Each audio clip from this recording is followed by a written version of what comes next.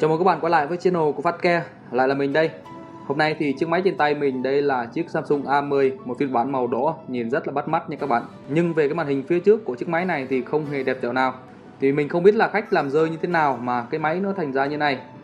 Đấy, màn hình của nó thì bị sọc một bên, còn mặt kính thì sọc một bên. Và đồng nghĩa với cái việc hỏng màn hình thì cái cảm ứng của chiếc máy này nó cũng đã không còn hoạt động được nữa. Và nối tiếp đó là chiếc máy này sẽ phải thay một cái màn hình mới. Và trong cái trường hợp này thì chúng ta không thể nào mà thay cái mặt kính cho nó được rồi. Và nếu như chiếc máy của các bạn đang gặp phải các cái tình trạng như bể mặt kính thì các bạn nên mang tới một cái trung tâm nào uy tín để kiểm tra, thì để xem chiếc máy của mình có phải thay mặt kính hay là thay màn hình. Vì nếu mà cái máy của bạn bị bể mặt kính mà cái màn hình đang còn xài được mà các bạn sử dụng nó trong một thời gian dài thì có thể là những cái rủi ro như là dọc màn hình hoặc là đổ mực trên màn hình của các bạn, thì lúc đó các bạn sẽ tốn tiền hơn.